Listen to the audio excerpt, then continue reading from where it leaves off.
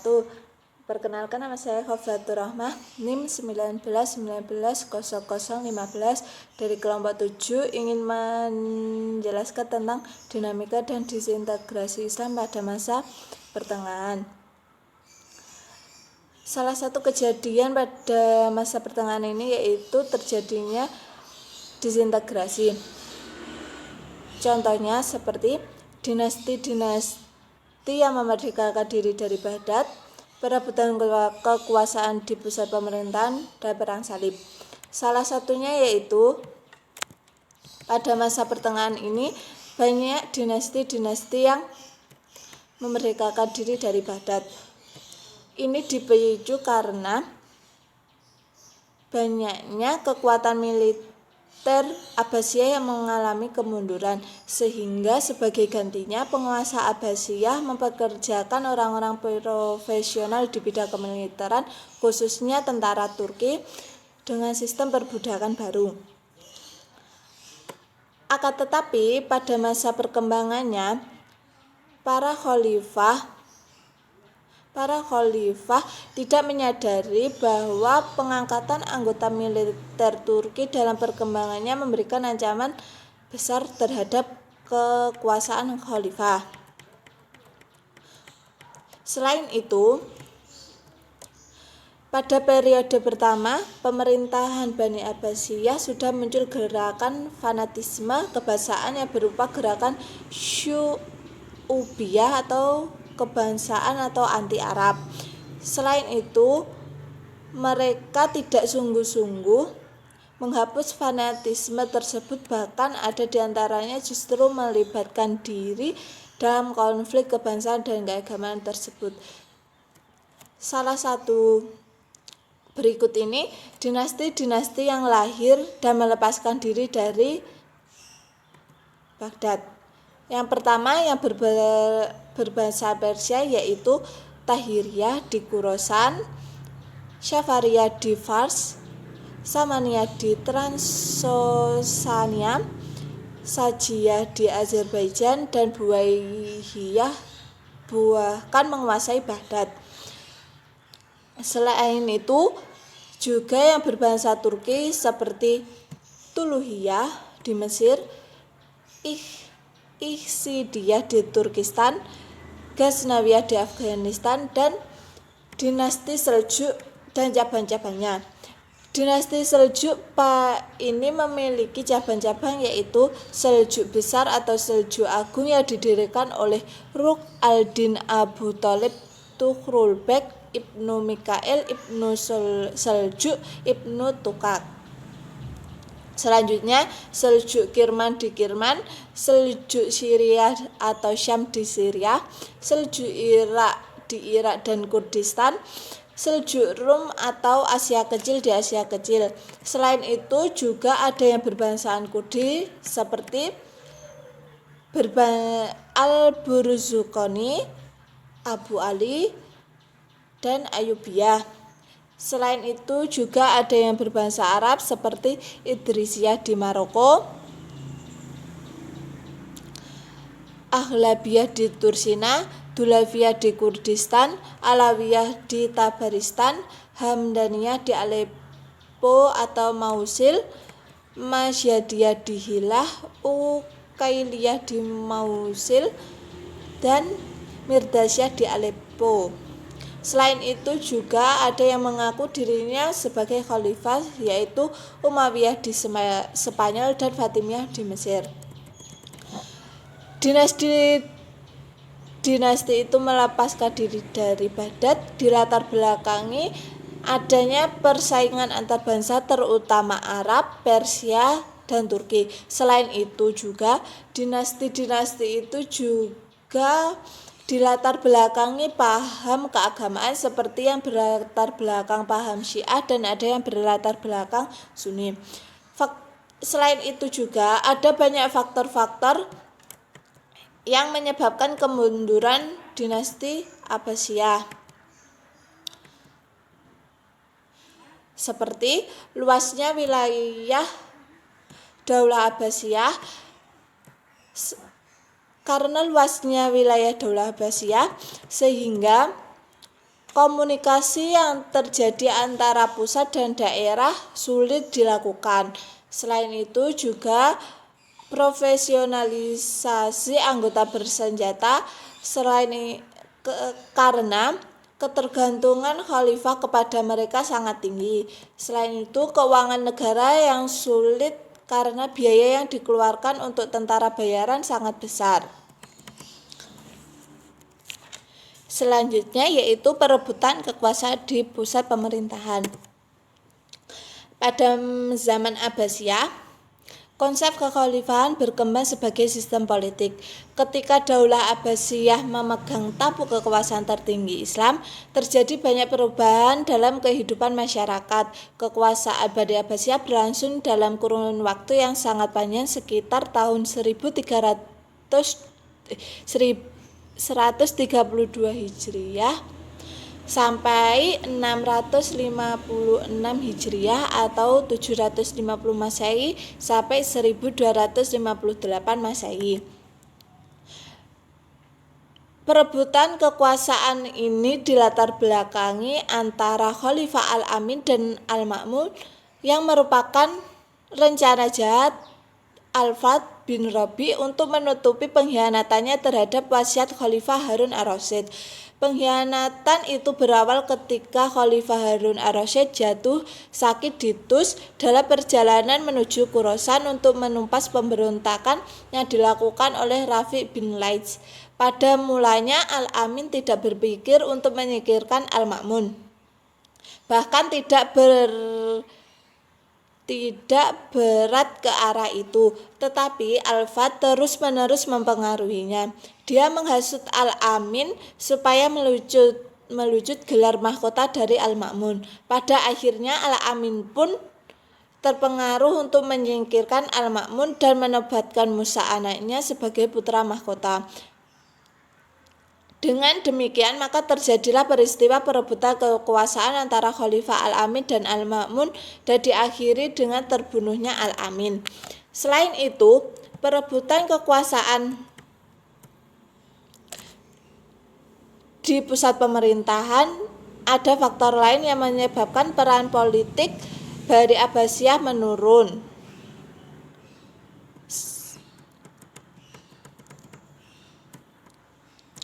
Pada masa ini, pada perebutan kekuasaan ini diambil alih oleh kekuasaan berada di tangan orang Turki pada periode kedua, dan pada periode ketiga Daulah Abbasiyah berada di bawah kekuasaan Bani Buwayyi. Kekuatan politik Bani Buwayyi tidak lama bertahan. Setelah generasi pertama dan 3 saudara, kekuasaannya menjadi ajang pertikaian di antara anak-anak mereka. Faktor internal lainnya adalah pertentangan dalam tubuh militer antara rombongan yang berasal dari Daylam dan keturunan Turki. Selanjutnya, setelah jatuhnya kekuasaan Bani Buwayyi ke tangan Seljuk bermula dari perebutan kekuasaan di dalam negeri. Sekian akan dilanjutkan oleh Mbak Faizatul Ulia pada materi Perang Salib. Terima kasih. Nama saya Faizatul Ulia, NIM 191900047. Di sini saya akan menjelaskan tentang Perang Salib dan sebab-sebab kemunduran pemerintahan Bani Abbasiyah. Perang Salib terjadi pada tahun 1905 ketika Paus Urban II menyerukan umat Kristen di Eropa untuk melakukan perang suci untuk mendapatkan kembali kebebasan berziarah di Baitul Maqdis. Perang Salib ini terjadi dalam 3 periode. Periode pertama terjadi pada musim semi tahun 1905 Masehi ketika 150 orang Eropa, kebanyakan orang Prancis dan Normandia, berangkat ke Konstantinopel lalu ke Palestina. Tentara Salib yang dipimpin oleh Godfrey Bohemond dan Raimondini memperoleh kemenangan besar. Pada tanggal 18 Juni 1097 Masehi, mereka menaklukkan Nice, dan pada tahun 1908 Masehi, mereka merebut atau Edessa. Di sini, mereka mendirikan kerajaan Latin satu dengan Baldawi sebagai rajanya. Pada tahun yang sama, mereka berhasil menaklukkan Antiochia dan mendirikan kerajaan Latin II di timur dengan Bohemond sebagai rajanya. Mereka juga berhasil menguasai Bait al-Maqdis pada tanggal 15 Juli 1099 Masehi dan mendirikan Latin III dengan Godfrey sebagai rajanya. Mereka menguasai kota Akka pada tahun 1104 Masehi, Tripoli 1109 Masehi, dan kota Tirus 1124 Masehi. Di Tripoli, mereka mendirikan Kenik Latin IV dengan Raimond sebagai rajanya. Selanjutnya, periode kedua. Periode kedua ini dipimpin oleh Imaduddin Zangki, penguasa Mosul dan Irak. Beliau berhasil merebut kembali Aleppo, Hamimah, dan Edessa pada tahun 1144 Masehi. Namun, ia meninggal pada tahun 1146 Masehi. Tugasnya dilanjutkan oleh putranya Najmuddin Zangki. Najmuddin Zangki berhasil merebut kembali Antiochia pada tahun 1149 Masehi. Dan pada tahun 1150 Masehi, seluruh Edessa direbut kembali. Kejatuhan Edessa ini menyebabkan orang Kristen mengorbankan perang salib kedua. Paus Eugenius III menyampaikan perang suci yang disambut positif oleh Raja Prancis Louis VII dan Raja Jerman Ferdinand II. Keduanya memimpin tentara salib untuk merebut wilayah Kristen di Suriah. Namun, kemajuan mereka terhalang oleh Najmuddin Zangki. Mereka tidak berhasil mencapai Damaskus. Louis VII dan Ferdinand II sendiri melarikan diri ke tanah air mereka. Najmuddin wafat pada tahun 1174 Masehi. Pimpinan perang kemudian dipegang oleh Salahuddin al-Ayyubi yang berhasil mendirikan dinasti Ayyubi di Mesir pada tahun 1170 Masehi. Hasil terbesar dari perang Salahuddin adalah merebut kembali Yerusalem pada tahun 1187 Masehi. Demikianlah kerajaan Latin di Yerusalem yang berlangsung selama 88 tahun berakhir. Jatuhnya Yerusalem, kaum muslimin benar-benar menghantam perasaan tentara salib. Mereka juga menyusun rencana balasan. Kali ini tentara salib dipimpin oleh Frederick Barbarossa, Raja Jerman, Friedrich the Lion, Raja dari Inggris, dan Philip Augustus, Raja Prancis. Pasukan ini bergerak pada tahun 1189 Masehi. Meskipun mendapat tantangan berat dari Saladin, mereka berhasil merebut Akka yang kemudian dijadikan ibu kota kerajaan Latin. Namun, mereka tidak berhasil masuk ke Palestina. Pada tanggal 2 November 1992 Masehi, dibuat kesepakatan antara tentara salib dan Salahuddin yang disebut Sulh al-Ramlah. Dalam perjanjian ini disebut bahwa umat Kristiani yang berziarah ke Bait al-Maqdis tidak akan diganggu. Selanjutnya, periode ketiga. Tentara salib pada periode ini dipimpin oleh Raja Jerman Frederick II. Kali ini berusaha merebut Mesir terlebih dahulu sebelum berangkat ke Palestina, dengan harapan mereka mendapat bantuan dari umat Kristen Kipti. Pada tahun 1219 Masehi, mereka berhasil menaklukkan kota Dimyat. Raja Mesir sendiri dari dinasti Ayyubi saat itu, Al-Malik Al-Kamil, membuat kesepakatan dengan Frederick. Isinya antara lain bahwa Frederick bersedia membebaskan kota Dimyat sedangkan Al-Malik Al-Kamil membebaskan Palestina. Frederick menjamin keselamatan umat Islam di sana, dan Frederick tidak meminta bantuan kepada umat Kristen di Suriah. Dalam perkembangan selanjutnya, Palestina dapat merebut kembali oleh umat Islam pada tahun 1247 Masehi. Pada pemerintahan Malik al-Saleh, penguasa Mesir berikutnya, ketika Mesir diperintah oleh dinasti Mamalik yang menggantikan dinasti Ayyubiyah, maka pemimpinan perang dipegang oleh Baisbras dan Kolawun. Pada masa itu, Aka mampu merebut kembali Muslim pada tahun 1291 Masehi. Seperti itulah perang salib yang berkecamuk di timur. Perang ini tidak berhenti di barat, di Spanyol, sampai kaum muslimin terusir dari sana. Meskipun kaum muslimin berhasil mempertahankan wilayah mereka dari tentara salib, kerugian yang mereka derita sangat besar karena peperangan yang terjadi di wilayah mereka mengakibatkan kerugian kekuatan politik umat Islam menjadi lemah. Dalam kondisi ini, mereka tidak bersatu, melainkan terpecah belah. Banyak dinasti kecil memisahkan diri dan pusat pemerintahan Abbasiyah di Baghdad. Sebab-sebab kemunduran pemerintahan Abbasiyah. Kemunduran Bani Abbasiyah disebabkan oleh kelemahan dari kalangan mereka sendiri, antara lain kekurangan percayaan khalifah terhadap warga negara menjadi tentara seperti dari Turki. Hal ini menimbulkan ketidakpuasan masyarakat terhadap kebijaksanaan khalifah.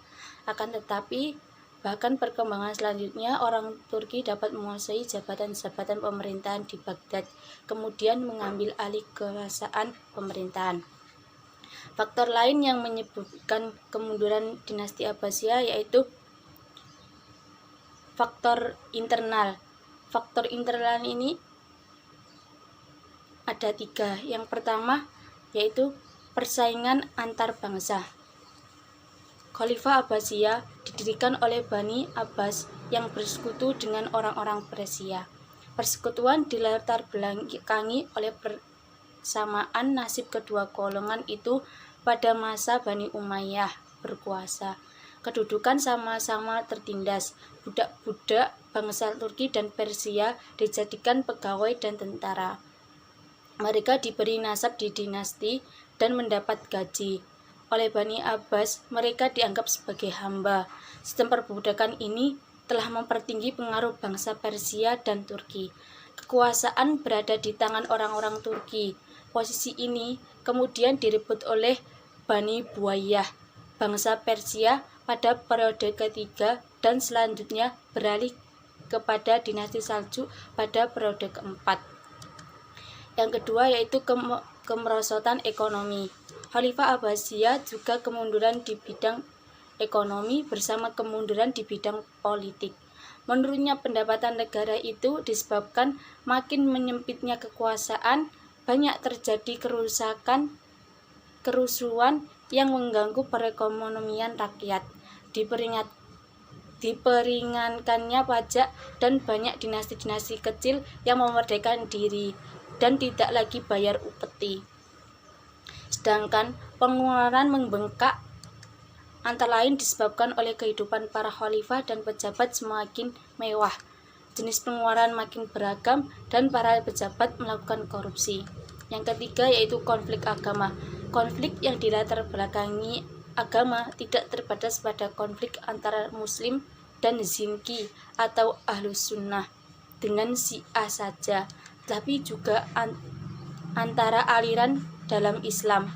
Mu'tazilah yang cenderung rasional dituduh sebagai pembuat bid'ah oleh golongan salaf. Aliran Mu'tazilah bangkit kembali pada masa dinasti Buayyah dengan didukung penguasaan aliran Asy'ariyah tumbuh subur dan berjaya. Faktor eksternalnya yaitu faktor eksternal yang menyebabkan Khalifah Abbasiyah lemah dan akhirnya hancur. Yang pertama yaitu perang salib yang berlangsung beberapa gelombang atau periode yang menelan banyak korban. Yang kedua, serangan tentara Mongol ke wilayah kekuasaan Islam sebagaimana telah disebutkan, orang-orang Kristen Eropa terpanggil untuk ikut berperang setelah Paus Urbanus II. Sekian dari kami, kurang lebihnya mohon maaf. Wabillahi taufiq wal hidayah waridho wal inayah. Assalamualaikum warahmatullahi wabarakatuh.